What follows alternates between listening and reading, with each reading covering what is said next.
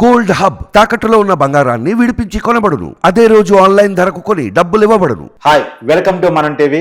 మనతో ఉన్నారు ప్రముఖ రాజకీయ సామాజిక విశ్లేషకులు చందు శ్రీనివాస్ గారు. సార్ నమస్కారం అండి. నమస్కారం కార్తీక్ గారు.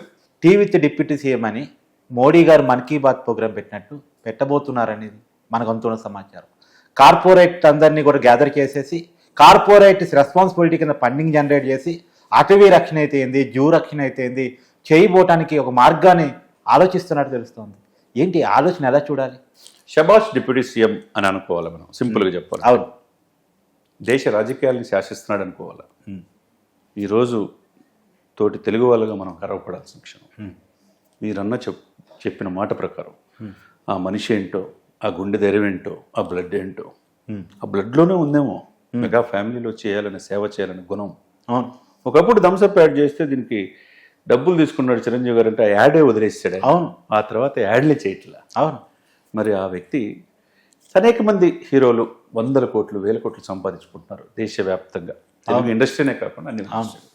వాళ్ళకి కావాల్సిందేంటి? తన యాడ్ల ద్వారా రెవెన్యూ. దానికి ప్రత్యేకంగా ఒక వింగ్, ఒక మేనేజర్లు, పర్సనల్ మేనేజర్లు, బ్రాండ్ ఇమేజ్ అన్నీ చేసుకునే వాళ్ళు ఉంటారు. అవును. కానీ మీరు అన్నట్టండి, సమకాలీన రాజకీయాల్లో మీరు ఎంతో కాలం నుంచి చూస్తున్నారు. రాజకీయాల్లో మనం ఒక 100 కోట్లు ఖర్చు పెట్టామంటే 1000 కోట్లు ఎలా సంపాదించాలని చూసుకున్నారు రోజులు. అవును, అంతే కదండి, సింపుల్ లాజిక్. అవును.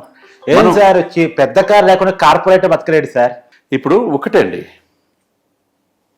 ఎలక్షన్ ఒక ఎమ్మెల్యే పోటీ చేయాలంటే ఈ రోజున 50 కోట్లు, ఎంపీ 100 కోట్లు ఖర్చు పెట్టాల్సింది. అవును. గత ప్రభుత్వం ఆ పార్టీ ఈ పార్టీ లేకుండా అధికార పార్టీ ఎంత ఖర్చు పెట్టింది అనేది తెలిసిన అంశం. అవును. ఈ సమయంలో ఈ రాజకీయాల్లో తనకంటూ ఒక పేజీ అంటూ తన సొంత డబ్బు, తన బిడ్డల డిపాజిట్లు కూడా 34 కోట్లు ఖర్చు పెట్టి కౌలు రైతుకి ఇచ్చే ఆ వ్యక్తి నాకు తెలిసి ఒక 100 కోట్ల పైన ఆయన సొంత డబ్బు ఖర్చు పెట్టాడు. వాళ్ళ అన్నగారిని చూసి నేర్చుకున్నాడు. ఈనాటి రాజకీయాలు ఏం ఆశించకుండా తను ఎక్కడ గెలిపించలే ఈ ఆంధ్రప్రదేశ్ ప్రజలు. అవును, దశాబ్దం పైన ఉన్నాడు. సార్ ఆయన ఓడించిన దాని ప్రజల మీద కోపం నాకు ఇంత కూడా రాలేదు సార్. మళ్ళీ అదే ప్రజల కోసం బతికాడు, స్వరదాస్తిని ప్రజలకు అంకితం ఎక్కడ చేశాడు. ఒక మాట అనలా. అవును, 2 చోట్ల ఓడించిన జగన్మోహన్ రెడ్డి గారి లాగా ఒక మాట కూడా అనలా. అవును. నేను ఇన్ని ఇచ్చాను, ఈ ఓట్లు ఏమైపోయినాయి, ఏదో జరిగింది మోసం అన్నట్టుగా ఆయన ఉంటున్నాడు. ఈయనేమో తప్పట్టాడు కదా, ఇన్ని ఇచ్చినా నా మీద ప్రేమ చూపలేకపోయారు. ఈయన ఓటమిని ఉందాగా స్వీకరించి 2019 ఎలక్షన్లో చూసారా, సాయంత్రం ప్రెస్ మీట్ పెట్టాడు. అవును. ఆ రోజు నుంచి ఈ రోజు అంటే దశాబ్దం పైన ప్రజల్లో ఉన్నాడు. మీరు చెప్పినట్టుగా ఈరోజు టీ విత్ డిప్యూటీ సీఎం అనేది అధికారులు చెప్పిన ఇది కాదు, ప్రభుత్వ పెద్దలు చెప్పిన ఇది కాదు, ఆయన మనసులో నుంచి వచ్చిన ఆలోచన. ఎందుకంటే చాలా ఆర్థికంగా 13 లక్షల కోట్ల అప్పుతో ఉన్నాం మనం. ఉన్న వనరులు ఏంటి? సహజ వనరులు, తీర ప్రాంతం దాదాపు 1000 కిలోమీటర్లు. దాన్ని ఉపయోగించుకుని ఫుడ్ ప్రాసెసింగ్ యూనిట్స్ రావాలా. ఇప్పుడు భారత్ రిఫైనరీ, ఆయిల్ రిఫైనరీ లాగా 75,000 కోట్లు పెట్టుబడి అంటున్నారు. 4 సంవత్సరాల్లో పూర్తయితే 30,000 మందికి ఉపాధి అంటున్నారు. బందర్లో రాబోతుంది. అటువంటి ఇండస్ట్రీస్ రావాలి. ఇకపోతే టూరిజం, అది కూడా పవన్ కళ్యాణ్ గారి చేతిలో, కందులు దుర్గేష్ చేతిలో ఉన్నది. ఈ యొక్క టూరిజాన్ని గోదావరి కోనసీమ డెవలప్ చేసుకోవడానికి ఒకప్పుడు అందులో ధాన్యాగారం అంటారు ఉభయ గోదావరి జిల్లా. ఆ ప్రకృతిని ఉపయోగించుకుంటే టూరిజం డెవలప్ చేసుకోవాలి. దాంట్లో వచ్చే రెవెన్యూని ప్రభుత్వం నడుపుకోవాలి. ఎందుకంటే 13 లక్షల కోట్లకి అప్పే నెలకు వచ్చి తిరిగి 6,000 కోట్లు కట్టాలి సార్. అవును. ఎవరు కట్టాలి అంటే చాలా ఆషామాషి కాదు. టూరిజం పరంగా ఆంధ్రాన్ని అభివృద్ధి చేయాలండి సార్. అనేక అవకాశాలు గత 5 సంవత్సరాల కాలంలో పాడు చేశారు. కానీ ఈ అవకాశాలను అందిపుచ్చుకోవాలంటే ఆయన ఫస్ట్ స్టెప్ పవన్ కళ్యాణ్ గారు తీసుకుంది ది బెస్ట్ స్టెప్. నిన్న జూ అధికారులతో, ఇప్పుడు ఏషియాలో biggest zoo Nehru zoological park, నేను లక్కీగా జూ ఫ్రెండ్స్ ఫోరం అని మల్లికార్జునరావు గారు ఏపీ, ఆంధ్ర, తెలంగాణ కలిసి ఉన్నప్పుడు ఈ జూ ఫ్రెండ్స్ ఫోరం అని ఒకటి జూ అభివృద్ధి కోసం ఒక కమిటీ వేశారు. దానికి నేను కన్వీనర్గా ఉన్నా. అవునా? దాంట్లో అనేక మంది మిత్రులు, నా మిత్రులు, మీడియాలో ఉన్న మిత్రులు కూడా దాంట్లో ఉన్నారు. చాలా మంది, ఒక 19 మందితో కమిటీ. కీరవాణి గారు కూడా. Good job sir. ఆ జూ అభివృద్ధి కోసం సిల్వర్ జూబ్లీ కార్యక్రమం చేస్తాం. పిల్లల్లో చిల్డ్రన్ అండ్ ఫారెస్ట్ ఎడ్యుకేషన్ ఏంటో చెప్పాం. ఈ యొక్క మన ప్రకృతిని ఎలా సంరక్షించుకోవాలా, తర్వాత జంతువులు ఎలా చూసుకోవాలి, అవి కూడా ప్రాణులే కదండి అని తెలియజేసి వాళ్ళ క్విజ్ పోటీలు పెడతాం. ఆయన చేసాం. అది చాలా బాగా అనిపించింది. అటువంటి నెహ్రూ జులాజికల్ పార్క్లో ఇతర దేశాల నుంచి కూడా జంతువులు తీసుకొచ్చి చూపించేవాళ్ళు. పిల్లలు కూడా ఎక్కువ ఇష్టపడేది ఏంటి? జ్యూసే కదండి. ఇకపోతే రాష్ట్రం విడిపోయిన తర్వాత మనకున్నది అంటే నాకు ఒకటి గుర్తొస్తుంది. గురిజాడ అప్పారావు గారు అంటారు, దేశం అంటే మట్టి కాదు, దేశం అంటే మనుషులు అని. కానీ పవన్ కళ్యాణ్ గారి ఆలోచనలో దేశం అంటే మనుషులు మాత్రమే కాదు, వివిధ జంతువులు, అవన్నీ వాటి రక్షణ అందరం. సార్ ఈ కార్తీక్ గారు, మీరైనా నేనైనా ఈ జన్మకి మనిషి జన్మ అండి. బంది రేపు నెక్స్ట్ జన్మ ఉంటుందో లేదో ఇప్పుడు అది సరే, అది వేరే విషయం. అవన్నీ అంటే ఇంకా మనిషి జీవితాన్ని సార్థకత చేసుకునే అవును. ఇది జీవితం. అది చేసుకోకపోతే ఉపయోగం లేదు. ఇప్పుడు మీరు అన్నట్టు ఇక్కడ తిరుపతి ఒకటి, విశాఖపట్నం జూ 2 ఉన్నాయండి. అవును. ఆయన జూ అధికారులతో మాట్లాడి జూ నుంచి మనకి శేషాచల కొండలు కావచ్చు, ఏఓబి బోర్డర్ కావచ్చు, ఇవన్నీ కూడా అడవులు ఎక్కువగా ఉన్నాయి. అవును. అటవీ సంరక్షణ కూడా, అటవీలో ట్రైబల్స్ వాళ్ళకి కూడా జీవనోపాధి కలగాలంటే అక్కడ పెరిగేవన్నీ కూడా ఇచ్చేసుకొని తేనె ఇట్లాంటివి చేసుకోవచ్చు.